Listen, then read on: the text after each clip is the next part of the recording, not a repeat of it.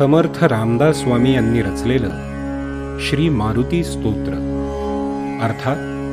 भीमरूपी।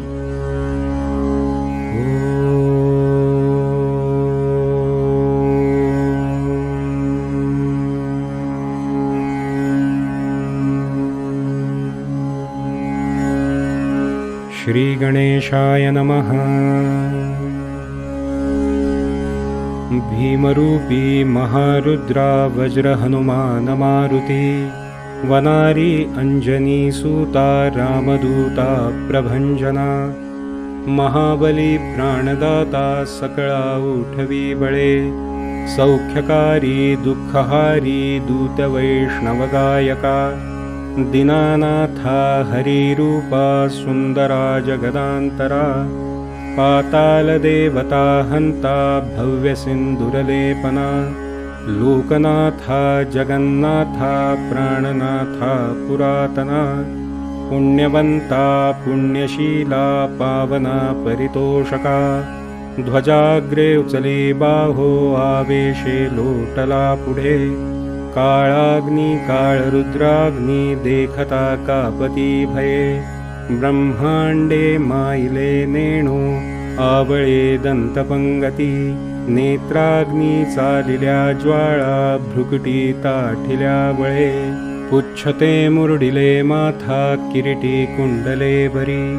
सुवर्णकटिका सोटी घंटा किंकिणनागरा, ठकारे पर्वता ऐसा नेटका सडपातळ, चपळांग पहाता मोठे महाविद्युल्लते परी, कोटीच्या कोटी उड्डाणे झेपावे उत्तरेकडे, मंदाद्री सारिखा द्रोणो क्रोधे उत्पाटिला बळे, आणिला मागुती नेला आला गेला मनोगती, मनासी टाकिले मागे गतीसी तुलना नसे, अणुपासून ब्रह्मांडा एवढा होत जातसे, तयासी तुलना कोठे मेरु मांदारधा कुठे, ब्रह्मांडा भोवते वेढे वज्रपुच्छे करू शके, तयासी तुलना कैसी ब्रह्मांडी पाहता नसे,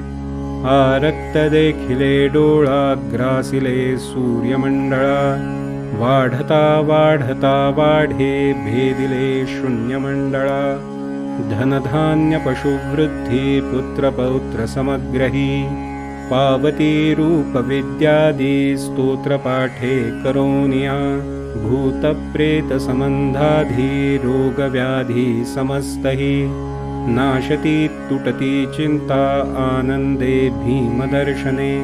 हे धरा 15 श्लोकी लाभली शोभली भली, दृढदेहो निस्संदेहो संख्या चंद्रकला गुणे, रामदासी अग्रगणू कपिकुलासी मंडणू, रामरूपी अंतरात्मा दर्शने दोषनाशती,